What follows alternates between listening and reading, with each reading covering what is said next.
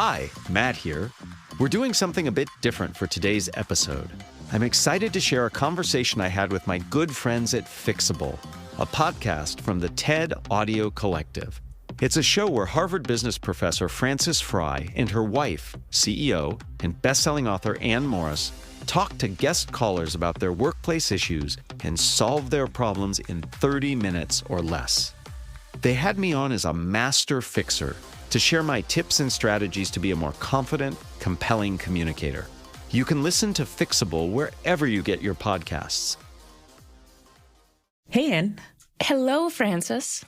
I am super excited about today's episode. We're going to be talking about communication, and in particular, how to do it well on the spot. Which is not easy for all of us. Oh my gosh, it's not easy for all of us. Although you and I think, represent opposite ends of that continuum. I think that's fair. How would you describe the continuum? Well, I prefer on the spot. Not only am I deeply comfortable, I prefer it.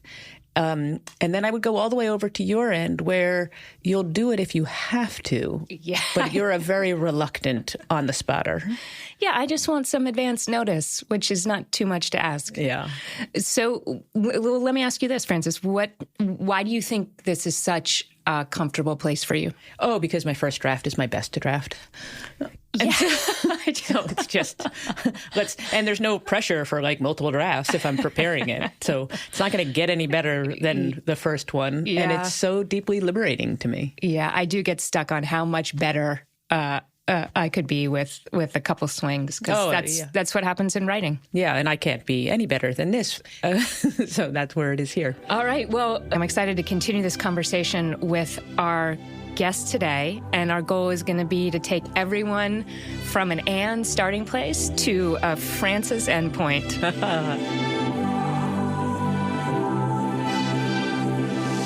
I'm Anne Morris. I'm a company builder and leadership coach. And I'm Frances Frei. I'm a Harvard Business School professor, and I'm Anne's wife. And this is Fixable from the TED Audio Collective.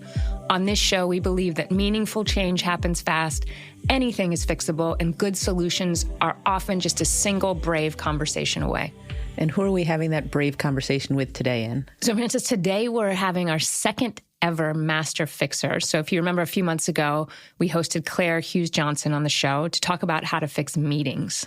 Oh my goodness, I loved that show. Definitely go back in the feed, folks, if you've missed it. Definitely do that. And then hang in there with us today, because today we get to talk about the expert on effective off-the-cuff communications, and that is Matt Abrahams. Oh, I am so excited. I've been such a big fan from afar. And then I got to get closer with Matt during the pandemic because we met at Clubhouse. All things lead to Clubhouse for you. And everybody in academia knows about the amazing work that he does because it's these really beautiful insights on how to successfully communicate. And he makes them so practical and so accessible. So I have wanted to have Matt on forever, and I'm so glad that he could fit us in. He is a professor of organizational behavior at Stanford Business School. He's the author of several books focused on the psychology of communication and how to, quote, think fast and talk smart, which is what he calls his podcast, and I believe is the name of his latest book. Yeah, think faster, talk smarter. So he really added the ER. Even more ambitious. I love it. And I just had a chance to be on that podcast. It was wonderful, and I encourage folks to give it a listen. That's right. So today we want to talk to Matt about his research on communication and get all of his best insight into how to communicate confidently so others will listen, especially in those moments when you haven't prepared a single line. And my heart rate is already starting to increase. And so you can think about this as like when you're put on the spot in meetings, if you're answering questions during a Q&A, even if you're having, a conversation at a networking event, anything where you couldn't possibly have planned, it turns out there's skill involved in doing it better. And so all of that stuff that's high stakes, difficult to prepare for, Matt is a master fixer.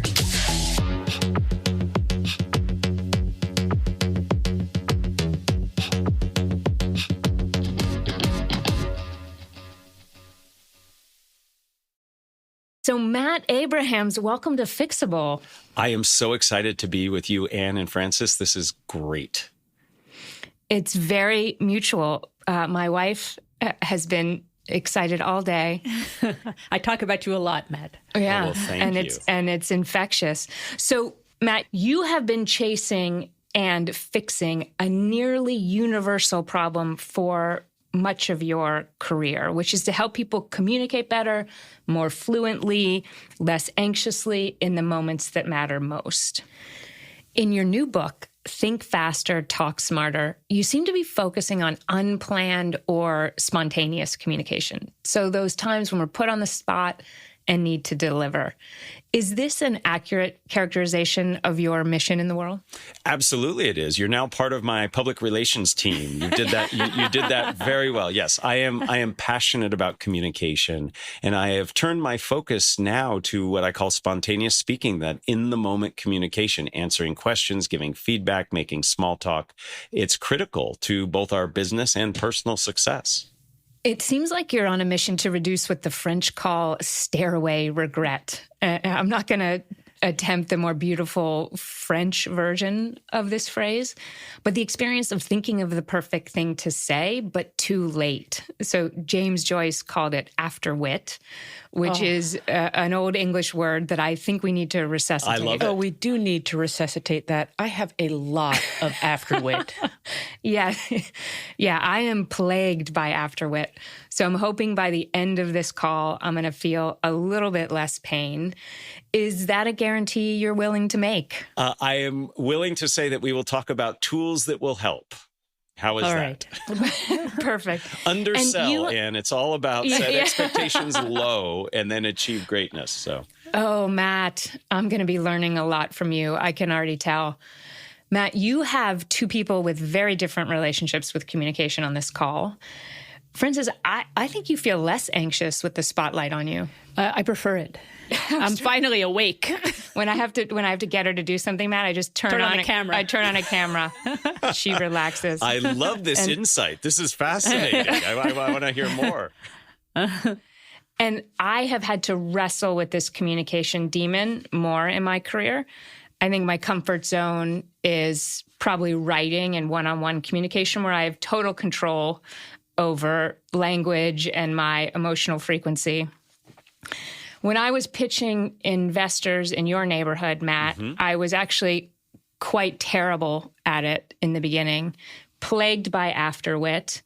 And so I guess one thing that would have helped me then that I'm going to ask you now is what does good look like here? Is it the absence of feeling anxious and self-distracted, or is it something that's happening in the audience? Like, how do I know when I'm getting good at this or at minimum making progress? To me, good is all about what the audience experiences. Does the audience get the information they need to be successful with whatever your goal was? That, to me, is the key to successful communication. We are in service of our audience. Now, we tend to get in our own way and think it's about us, but it's really about them. The latter part of your question was, how do I know when I feel good or bad? And it comes from practice. It comes from lowering the expectation that you have for yourself. We strive for perfection in our communication. We want to do it right. And there is no right way to I have no idea what you're talking about. Yes.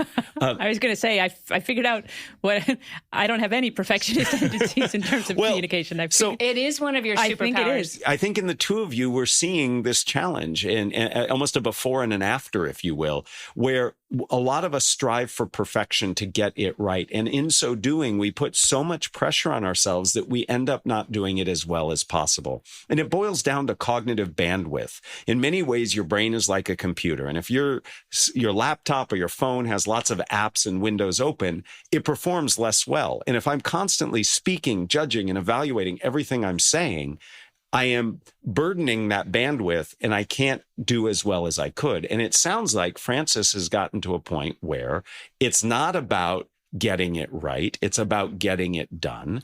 And for those who are still putting a lot of pressure on themselves, my suggestion is let's find ways to dial that down. The key to success is to be audience focused and to give yourself permission just to get the communication done. And in so doing, you more than likely will do it very well.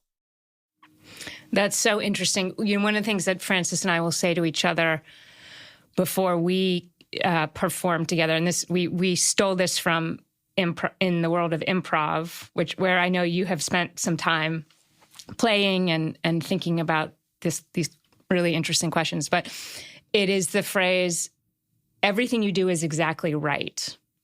So it's kind of the opposite way in, but it's pushing on the same emotional lever, which is just how do you, like the doorway of liberation for some may be like swing for mediocrity. Yeah.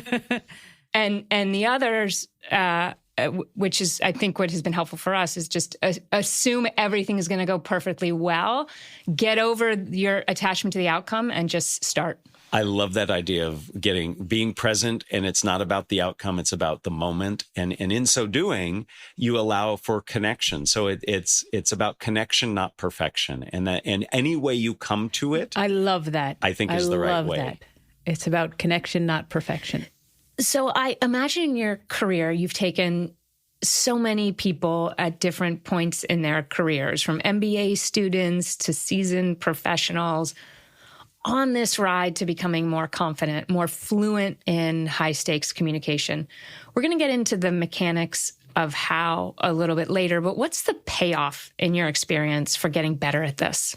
I think there are many, but by far the most important is that you are able to connect and effectively transact information with people such that others are benefiting from your experience, your wisdom, the advice and guidance that you give. Part of the work I do in my consulting practice is go into organizations and help them build what I call a communication infrastructure. And that's not the technology. Tools are important, but it's really about the people and processes to invite an environment that creates and sustains and supports this type of communication. And I know in the work you do, especially in your new book, you talk a lot about communication, but it's all predicated on having processes that support that communication within organizations. Everybody says it takes so much time to communicate well. And I said it takes a lot longer to clean the mess up when you don't. To not communicate well. Yeah, that can take years. Yeah.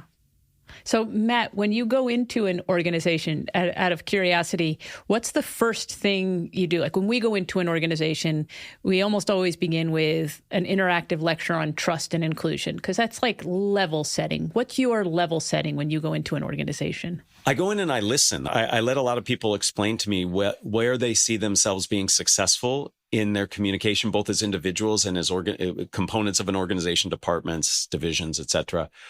And I let them explain where they think it's working and then where it's not working. And what I'm looking for are the bottlenecks or the telltale signs of where we're getting into challenges with communication. I'll give you an example. I went into an organization recently where they shared with me that the number of meetings they were having was increasing and the number of people they were having in those meetings was increasing. And whenever I hear meeting creep, and right, it immediately says, okay, we've got a problem, because meetings are often used as Band-Aids for much larger structural and communication issues. So I'm looking for where are those signs that the problems exist and then what's causing those problems. So I do a lot of listening first.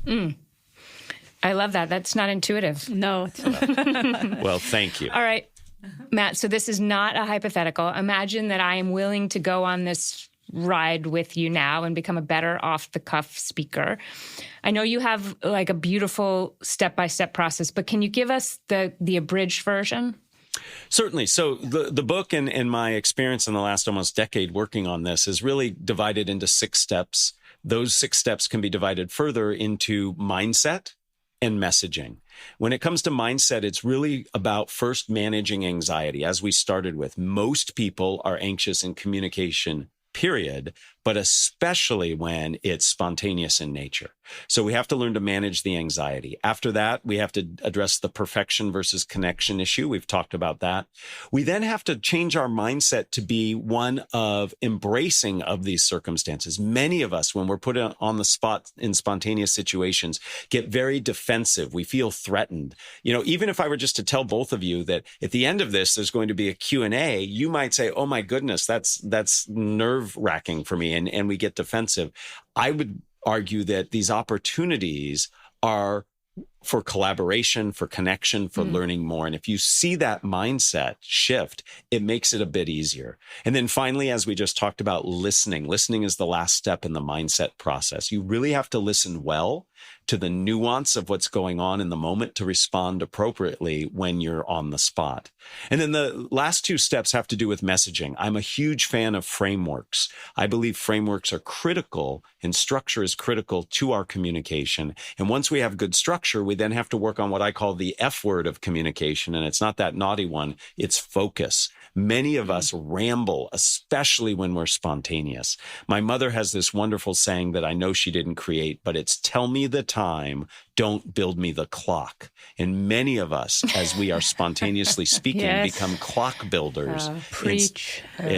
Instead of being concise. So that in a nutshell is the 6 steps. I'm happy to dive deeper into any of them, but with practice, with intent, with reflection, those steps can help everybody feel more comfortable and confident in the moment. On the watch and the clock thing, at HBS, 50% of every grade is class participation, and 10% of every class fails. So what it does is it simulates a high stakes environment, even though it's a beautiful laboratory, but it simulates it effectively enough that people they're moved to anxiety. So it's a good laboratory for what you're talking about.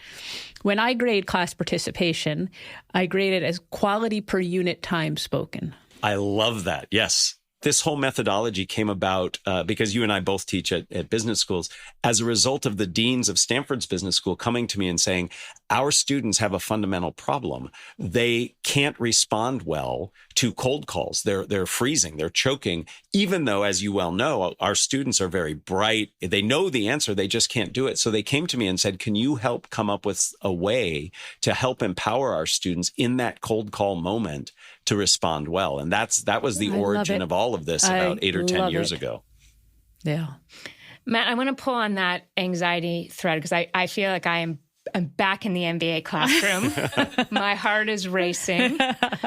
I don't love the word anxiety in 2023 because it's been so pathologized. I actually really loved Tracy Dennis Taware's book, Future Tense. She describes anxiety as the in it to win it emotion, which I'm always telling one of our kids that. Yeah. And I think your message is consistent, which is not to fight it, but to make peace with anxiety on this ride and not think of it as an enemy that needs to be vanquished here. I want to give you a chance to talk about your origin story a little bit because I know it did start with an experience of anxiety as a young speaker. And I'm going to share my own story, but I'm going to let you, warm me up a little bit, Matt. Thank you.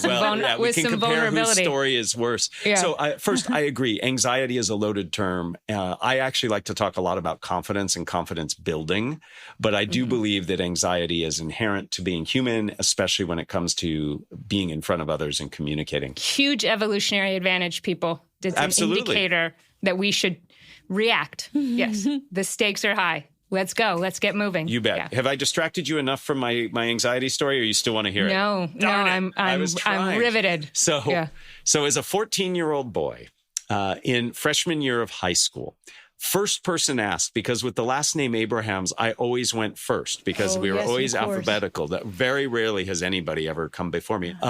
So as a 14-year-old boy, first day, freshman class English, we all had to stand up and say what we did that summer. We've probably been all through that activity at some point in school. At the end of that, my English teacher, Mr. Meredith, comes up to me and says, "You're good at this talking thing. You need to go to this speech tournament this Saturday." Every English teacher, I think, had to send a student, and I was his student. And the only advice he gave me is talk about something you're interested in. So I prepared a 10-minute speech on the martial arts, something I was interested in then, I'm still interested in now. So I show up 7:30 a.m. on a Saturday morning. It's still dark out. I walk into this big room. There are parents of my friends who are judging this thing. My friends are in the room, and the girl I like is in the room. High stakes. I'm in my shirt and pants that are way too tight because I had grown over the summer. My dad had to tie my tie. You get the picture, right? I was so nervous about this event. I forgot to put on my special karate pants. If you know anything about the martial arts, the pants have a little extra room because you're kicking and moving around. I started my 10-minute speech with a karate kick. I ripped my pants from zipper to belt buckle in the first 10 seconds of a 10-minute speech. At that moment, and from that moment, I have been interested in the impact of anxiety on communication, and it all boils back to that cold Saturday morning as a 14-year-old. You have affected the whole climate over here in our home. Like, we feel this. Oh, my goodness. And we have boys in this age range, so it's particularly poignant. It was an experience. And I'll tell you, though, what I am most proud of from that experience, and it took me many years is that you stayed on the stage. I stayed on the stage. I finished. And rather than letting that defeat me, I actually got really curious and ended up not only doing that speech again, but really looking into anxiety's impact on me. That's amazing. So, Anne, I want to hear your story now. Yeah. Well, so do I. Yeah, we're going to bridge to it, because my next question was around this recovery moment, which I think is the really extraordinary part of the story, that you didn't run off the stage. Yeah. But in those moments when we're starting to feel like the telltale signs of anxiety, so shortness of breath and racing heart, and I can tell you my big fear is blanking out, because I have done that multiple times in my life, and I did it once on the stage. I think I was maybe 16. I was singing. I was singing Gilbert and Sullivan, Pirates of Penzance. I had made it through the first stanza, and I had no idea what the next stanza was. What did you do? I can still conjure this memory, viscerally, and I just hear the director on the piano. She thought I couldn't hit the note, as if, right? As if I understood my instrument so well that I was just seeking the note. And so I just, every time I thought I maybe had it, I just that little piano key started to ding. So I sang the first line again. Yeah, that's nice.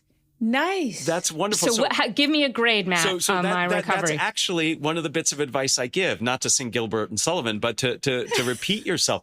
And I have to tell you, what's so funny that you brought that up is I have often said, when somebody has like this hard thing to discuss or talk about, hard because they've got a lot of words or it's very complex, I'll say, at least it's not singing the Modern Major General from Gilbert and I will use that. So the fact that's amazing. Yes. So the fear of blanking out is the number one fear that people report to me when they say, oh, you study anxiety and communication. What do I do if I blank out? And so can I give my answer? Because you did part of it. Oh yeah. Golly, yes. Yes. It's my biggest fear. And it has happened multiple times. Right.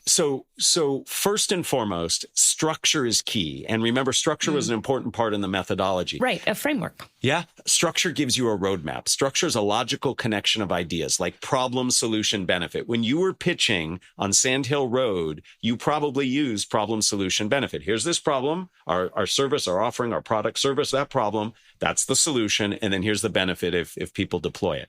That's a structure. I think I was a little vague on the solution part, which maybe. Yes. Well, my hunch is you got better, Anne, at pitching your business by leaning into structure. It's what makes a big difference. For sure. The piece about not being worthy or the right person, a lot of us have that. You call it imposter syndrome, call that lack of confidence, whatever. The single best way I know to rectify that is to remind yourself that whenever you're communicating, you're in service of the audience you're communicating to. It's not about you, it's about them and what you can do for them. And that mind shift really makes a difference. Getting back to blanking out, the best thing to prevent yourself from doing it is to have a structure that you know. It doesn't mean you've memorized word for word. In fact, that works against you, but having a roadmap, it's hard to get lost if you have a map. So if I'm presenting and I blank out and I go, well, I just covered problem, I know solution always follows problem, that helps me get back on track. If that does not work, you do exactly what you did as a 16-year-old. You repeat yourself. Just like when you lose your keys or your phone, you retrace your steps. That will often get you back on track. If that does not work, the final ripcord on that parachute is to distract your audience long enough to get yourself on track. And when I say distract, I mean ask them a question. You know, you both have taught there are times when you teach where you forget something, or you're like, did I say this already? And you just need a moment to collect your thoughts. If you are ever a student of mine and you hear me say the following, let's pause for a moment and think about how what we've just discussed applies to your life or applies to what's coming next. Your students will think, and my students think, oh yeah, how does this apply? They don't think Matt blanked out. And in that moment, while they're thinking, I recollect my thoughts. And I believe everybody can have one of these back pocket questions. It can be very generic. Think about how what we've just talked about and how it will impact what comes next. Very generic question, but it sounds purposeful, it has meaning, and it buys you time. So there are ways to recover from blanking out. And amazingly, by knowing these ways, you actually are less likely to blank out. Because you have a safety net, right? I love that. This works so well for me. I just need to have something that makes me realize that it's all going to be okay, something that I can rely on. So, Matt, I gave my first talk out in the wild since the pandemic. So 3 years of Zoom only. And I go out into the wild, the airplane, the whole thing. And I get up onto the stage, and it's a big, beautiful theater, thousands of people in the audience. And I'm most comfortable when I'm up on the stage. And they set the countdown clock for 45 minutes, the classic time for a keynote. And I give my keynote, and I think I did a really good job. And then I look over at the countdown clock, and it has 25 minutes remaining. Oh my God, I'm sweating. This is my nightmare. So I hadn't accounted for the fact that there'd be no interaction, like there always is on Zoom. Right. I now had to have your safety net. I had to have filler for 25 minutes, and it had to have the appearance of purposeful. And so I think that's taking your safety net and making a whole thing about it. But essentially, you were directionally following Matt's advice, where you said, "Okay, let's talk about you now. Let's figure out how this applies." I did exactly what you just said. So if we're wondering how well does that work, even for more than half of a keynote in front of thousands, it works. Wow. So you didn't have to break into Gilbert and Sullivan, so that's good. No, to everyone's delight. I mean, I feel like you are still metabolizing looking at the clock in their 25 minutes. I will be metabolizing that, well, for at least as long as Mr. Pants Splitter metabolized. I think it's earned that level. Yes. So, Matt, my next question is really a PSA to my wife. Oh, this is Matt, really what fixable is. It's I'm fixable, Matt, and it's with Anne. And we just took our swings, the guest therapy. and I. This is great. Yeah, it is. It's couples therapy, but it's really unidirectional. All right, that's why I'm here, to remind everybody that communication works best when it's both ways. I see. It's not clear that's true. It's not clear that's true in this particular. So, Matt. Yes. For not so spontaneous communication, when the stakes are high, we know we're going to be in the spotlight. Tell us about the value and payoff of preparation. The big counterintuitive part of my new book is that preparation is critical to spontaneous speaking and speaking well. And preparation is important in all communication.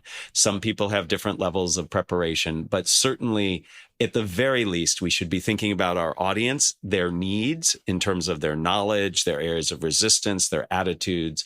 We need to be thinking about our overarching goal. To me, a goal has 3 parts: information, emotion, and action. What do you want them to know, feel, and do?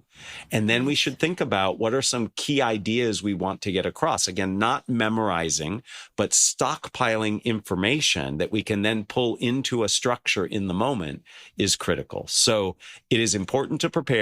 Everybody prepares differently and into different depths and breadths, but it is important. So you must get calls day and night from family and friends before the big presentation. What's the advice that you find yourself giving most often? Not to call me the day before. You should call me the week before. This is now you've just given Anna. So interesting. No. So there's a difference between managing the anxiety and building confidence than necessarily preparing the content. Preparing content can help manage anxiety, but there are many other things that you can be doing. The moments before are not when you need to say, hey, how do I deal with this?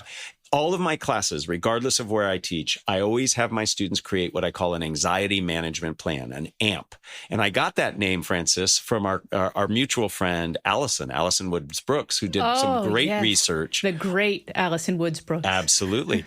And she did some really fascinating research that if you reframe your anxiety as excitement, it actually has positive benefits in many ways. And so I like calling this an AMP, where you can think about your anxiety as amping you up to do well rather than defeating you.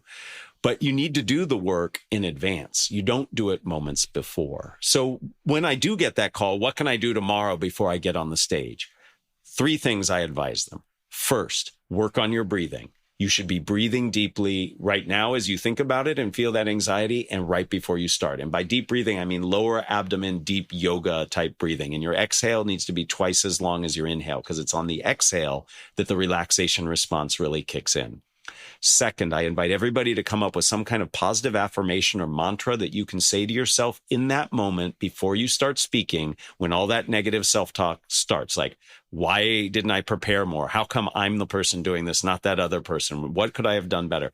Say this positive mantra. And it doesn't have to be amazing. It's simply being, mine is, I have value to bring. That's what I say to myself right before I start. Before we started this podcast, I said to myself, I have value to bring. That helps me get audience focused. And then finally, the third thing is anything you can do to get yourself present oriented and be there for your audience. If you are in your head and you are ahead of what's happening, I'm worried about not achieving my goal, I'm worried about not making the 45 minutes, whatever, that's taking you away from that moment and away from that connection. So that's the advice I give to people when I get the call 8 hours before they're getting on stage. The one I use is, there's someone in the audience who really needs to hear what I have to say, and I have no idea who that is. Oh. And so it forces me to also engage with everyone and not overconfident and thinking like, oh, you know, this guy over here is not interested. And so it really gets me out of my head. I hope you haven't copymarked or trademarked that, because I want to use that. No copyright on that, because I like that. I like that. That takes mine one step further. Yeah. I like it. Really nice. Matt, this has been such a pleasure. Thank you for indulging us with your time. In addition to your book, Think Faster, Talk Smarter, where else can people find you and absorb your insight and wisdom?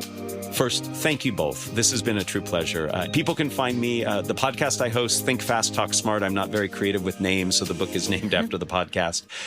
You can find me at mattabrahams.com, and I do a lot of work on LinkedIn as well. And so appreciate the opportunity to be with you and to get to know both of you a little better.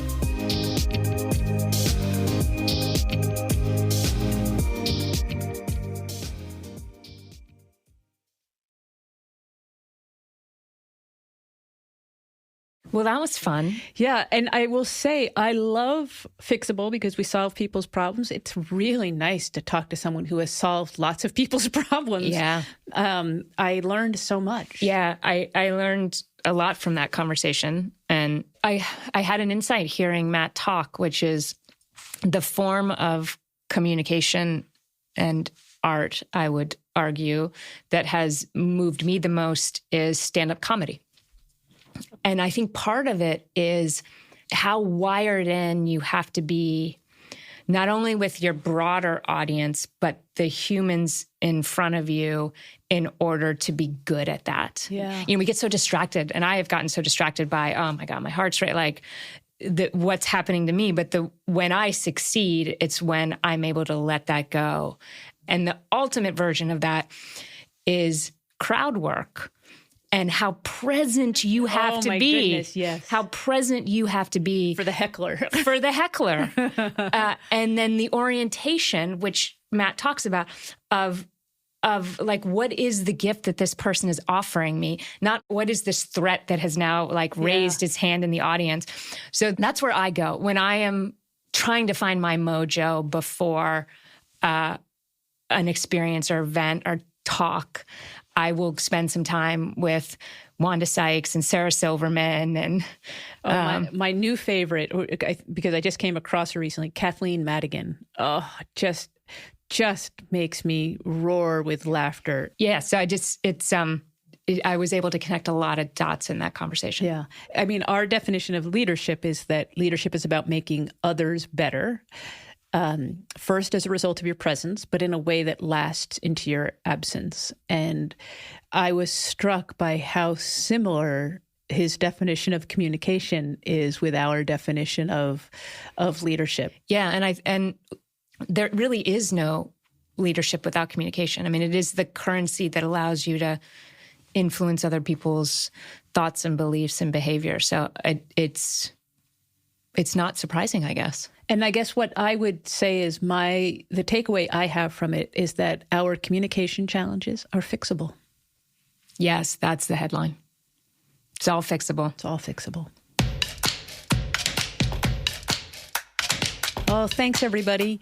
We would love to have you join us on Fixable. You can email us at fixable@ted.com or call us at 234-FIXABLE. That's 234-349-2253. All communication is fixable, and we think that your challenges are too. A big thank you to our friends at Fixable. I had such a great time talking with Anne and Francis. Be sure to listen and subscribe to Fixable wherever you get your podcasts, and do the same for Think Fast, Talk Smart. Also, be sure to follow Think Fast, Talk Smart on LinkedIn and Instagram, and check out fastersmarter.io for deep dive videos, English language learning content, and our newsletter.